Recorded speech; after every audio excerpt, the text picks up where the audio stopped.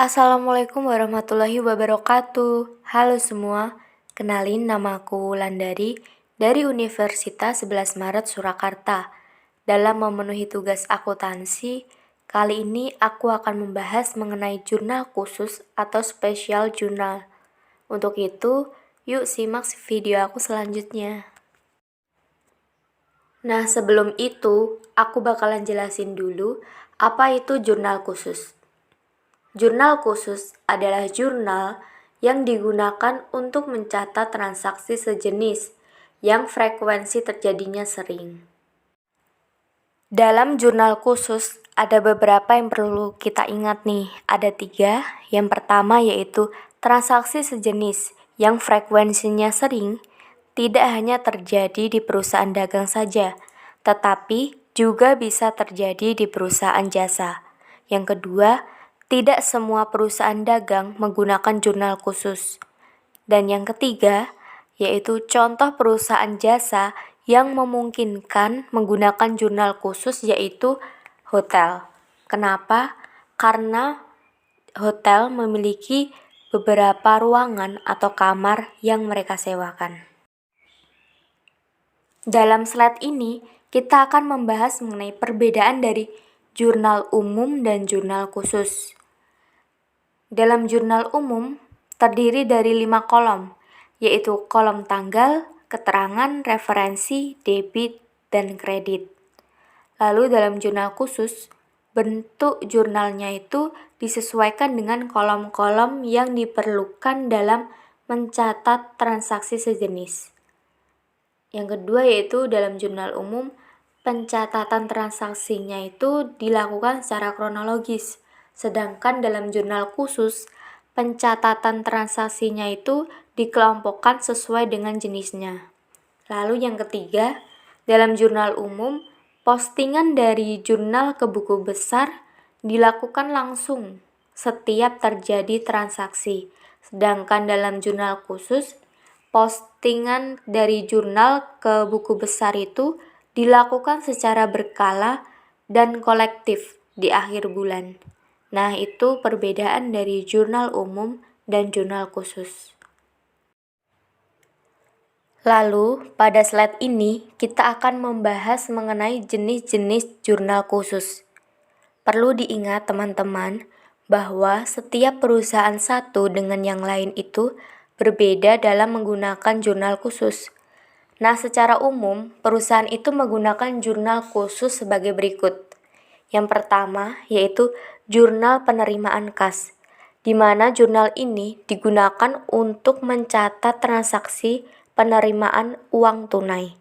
Yang kedua yaitu jurnal pengeluaran kas, di mana digunakan untuk mencatat transaksi pengeluaran uang tunai.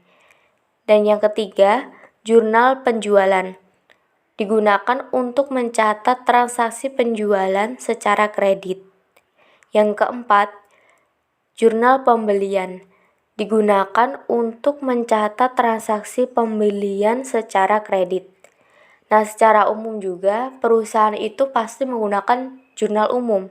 Nah, jurnal umum yang ada di dalam jurnal khusus ini digunakan untuk mencatat transaksi yang tidak bisa masuk pada keempat jurnal khusus tersebut. Ini menjadi catatan juga bahwa yang menggunakan jurnal khusus itu tidak hanya perusahaan dagang, tetapi perusahaan jasa pun bisa menggunakan jurnal khusus jika perusahaan jasa tersebut memungkinkan untuk menggunakan jurnal khusus. Selanjutnya, kita akan membahas satu persatu jenis-jenis jurnal khusus. Yang pertama yaitu penerimaan kas. Bisa dilihat di gambar nama-nama kolom yang kita gunakan dalam jurnal penerimaan kas. Dan jangan lupa untuk menuliskan nama perusahaan, jurnal yang digunakan, misalnya saat ini jurnal penerimaan kas. Jangan lupa untuk ditulis dan periodenya di atas kolom jurnal penerimaan kas. Lalu transaksi yang dicatat dalam jurnal ini yaitu yang pertama penerimaan pendapatan, yang kedua yaitu penjualan tunai, Dan yang ketiga ada penerimaan pelunasan piutang.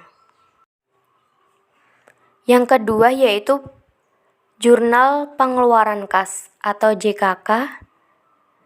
Nah, bisa dilihat di gambar juga nama-nama kolom yang kita gunakan. Dan jangan lupa untuk menuliskan nama perusahaan, jurnal yang digunakan, dan periodenya di atas jurnal pengeluaran kas. Lalu yang transaksi yang dicatat dalam jurnal ini yaitu yang pertama pembayaran beban, yang kedua ada brief, yang ketiga ada pembelian tunai, yang keempat pembayaran bunga, yang kelima pembayaran utang, yang keenam ada pembelian tunai surat berharga. Yang ketiga yaitu ada jurnal pembelian atau JB. Bisa dilihat di gambar nama-nama kolom yang kita gunakan. Dan jangan lupa untuk menuliskan yang paling atas nama perusahaan, jurnal yang digunakan, dan periodenya. Nah, transaksi yang dicatat dalam jurnal ini yaitu yang pertama, pembelian barang dagang kredit, yang kedua yaitu pembelian perlengkapan kredit, yang ketiga yaitu pembelian peralatan kredit, dan yang keempat ada pembelian aset kredit. Yang keempat yaitu jurnal penjualan atau JJ. Bisa dilihat di gambar nama-nama kolom yang kita gunakan. Dan jangan lupa untuk menuliskan paling atas nama perusahaan, jurnal yang digunakan, dan periodenya. Nah, transaksi yang dicatat dalam jurnal ini yaitu yang pertama ada penerimaan pendapatan, yang kedua yaitu penjualan tunai, dan yang ketiga ada penerimaan pelunasan piutang. Yang terakhir yaitu jurnal umum, di mana jurnal ini selalu ada dan digunakan di setiap jenis perusahaan dagang maupun perusahaan jasa. Bisa dilihat di gambar nama-nama kolom yang kita gunakan dalam jurnal umum ini. Dan jangan lupa untuk menuliskan paling atas sendiri nama perusahaan, nama jurnal yang digunakan, dan periodenya. Lalu transaksi yang dicatat dalam jurnal ini yaitu yang pertama retur pembelian, yang kedua retur penjualan, yang ketiga pengurubahan utang usaha menjadi utang wesel, yang keempat pengubahan piutang usaha menjadi piutang wesel, yang kelima ada pengurangan harga, dan yang keenam ada penjualan sebagian aset tetap yang tidak layak pakai secara kredit. Nah, dalam jurnal khusus ini ada beberapa yang perlu diperhatikan dan ditekankan kembali bahwa tidak semua dan tidak hanya perusahaan dagang saja yang menggunakan jurnal khusus, serta perusahaan dagang satu dengan perusahaan dagang yang lainnya juga bisa menggunakan jurnal khusus yang berbeda. Mungkin itu saja pembahasan mengenai jurnal khusus atau special journal dari aku. Semoga bermanfaat bagi teman-teman semua, dan thank you.